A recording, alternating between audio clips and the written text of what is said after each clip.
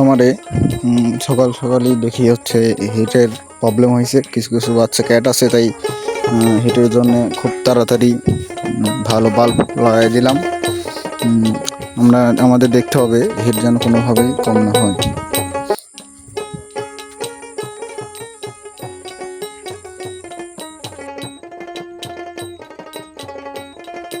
এদিকে লিটার একদম ভিজে শেষ, তাই তাড়াতাড়ি করে সব কিছু উঠায় দেওয়া হচ্ছে এবং সাথে সাথে সবগুলো নিচের যে ঘুমগুলো আছে বা কাঠের গুঁড়ো এগুলো হাঙ্গায় সাথে সাথে নতুন কাগজ পাততে হবে, যেন পোলট্রি পর্যাপ্ত পরিমাণে হিট পায়।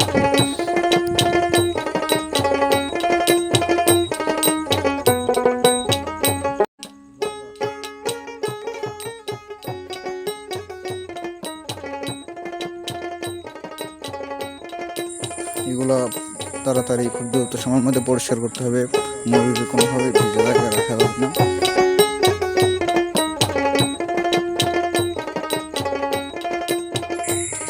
শুরুতেই বলে রাখি, বাচ্চাকে 3 থেকে 4 দিন হিট দিতে হবে। বাচ্চার কোয়ালিটি বুঝে আর বাচ্চা কতটা পরিমাণে হিট নিচ্ছে, এটার নিচে কতক্ষণ আছে আর বাইরে কতক্ষণ আছে এগুলোর উপর নির্ভর করে।